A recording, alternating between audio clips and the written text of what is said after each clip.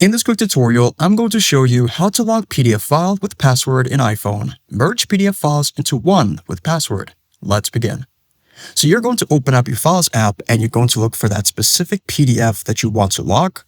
I'm going to use the Combine PDF. So once you've selected it, go to the top and you're going to see a drop-down option. You're going to tap it. Then the first option given to us says Lock PDF. Select it, and you're going to be prompted to enter in your password and then to verify it once more. Once you're done with everything, go to the top right and select Done. Then select Done again in the top right. And as you can see there, it's going to give a little icon with a lock on it, showing that the PDF is not locked. So if I select the PDF again, you're going to have to enter in the password. So now I'm going to show you how to combine multiple files into one password-protected PDF.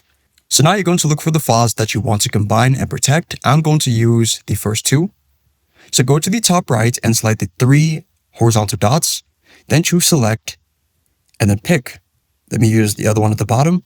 Then go to the bottom left and select the share icon, and look for something which says Print.